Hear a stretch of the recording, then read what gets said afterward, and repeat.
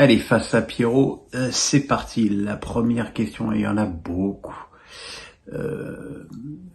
Amoridis me dit par simple curiosité, as-tu regardé la finale de la Coupe du Monde féminine? Qu'as-tu pensé de cette Coupe du Monde globalement?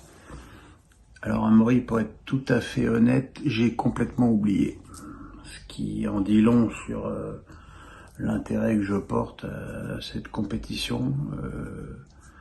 En fait, j'ai zappé à la mi-temps de Lille-Nantes. J'ai vu qu'il restait un quart d'heure, enfin 13 minutes d'arrêt de jeu, donc j'ai regardé les arrêts de jeu. Voilà, j'ai vu que les matchs de l'équipe de France. Je suis désolé, le reste, ça m'intéresse pas. Florian Decaux me dit « Bonjour Pierre, Thierry Henry, sélectionneur des espoirs, bonne ou mauvaise idée ?» Alors il y avait 4 noms qui ont circulé, Julien Stéphan, Sabri Lamouchi, Jocelyn Gourvenec et Thierry Henry. Les 4 ont été entendus donc par Philippe Diallo, président de la Fédé, Hubert Fournet, le DTN, et Marc Keller qui est responsable des équipes de jeunes. Pour ce que j'en sais, les entretiens de Lamouchi et de Gourvenec se sont très bien passés. Maintenant, il est évident que le choix de Thierry Henry, c'est un choix différent. C'est le choix de quelqu'un qui n'offre pas tant de garanties que ça en termes de coaching. Mais c'est Thierry Henry. C'est-à-dire que dans une compétition qui, je le rappelle, ne fait toujours pas partie des dates FIFA, l'influence et l'aura d'un joueur comme ça peut être capitale dans le fait d'obtenir la présence de joueurs. Et évidemment, dans le cas où Kylian Mbappé ferait les JO, donc moi je pense que c'est plutôt une bonne idée, et puis que ça crédibilise cette équipe de France de foot pour les Jeux Olympiques, et que sans lui, ce serait peut-être plus compliqué. Elias Recham me dit, y a-t-il des leçons à tirer de la débâcle strasbourgeoise à Monaco, ou est-ce simplement un match à oublier pour le Racing? Ça on verra plus tard, Elias. C'est un très très mauvais match. Moi j'ai constaté qu'il y avait 9 joueurs sur 11 qui étaient là l'année dernière. Donc parler d'un grand renouvellement de cette équipe n'est pas tout à fait exact, puisqu'il y avait que Silla, qui en plus était très mauvais, et Deminguet comme nouveaux joueurs sur le terrain. On sait que Patrick Vieira, son jeu, c'est des ailiers. Des ailiers, il en a, et il serait peut-être temps maintenant, au moins, d'essayer un match avec 2 ailiers et un avant-centre, peut-être contre Toulouse. Mais il faut arrêter de croire que Strasbourg va jouer l'Europe. Je veux dire, Strasbourg est là pour mettre dans le bain tous ces jeunes joueurs et espérer progresser au fil des années. Elias Recham, encore lui, me dit, étais-tu pour l'instauration de la vidéo dans le foot, et as-tu changé d'avis depuis qu'elle est là? Oui, j'étais pour la vidéo dans le foot.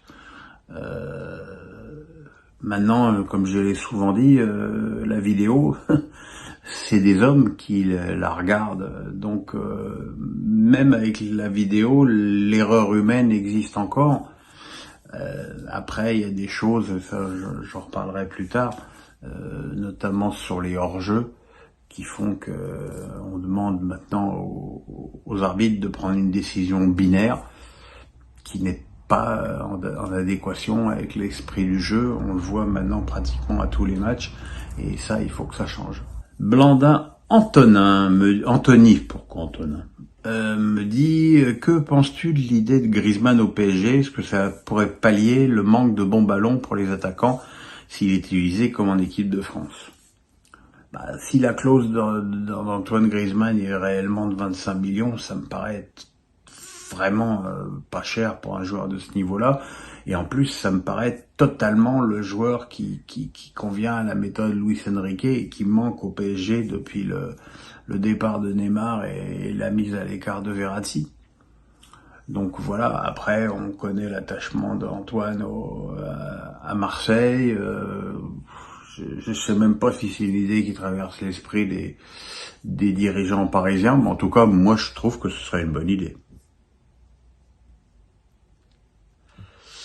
El Simmat me dit le PSG démarre très mal la saison au niveau du jeu.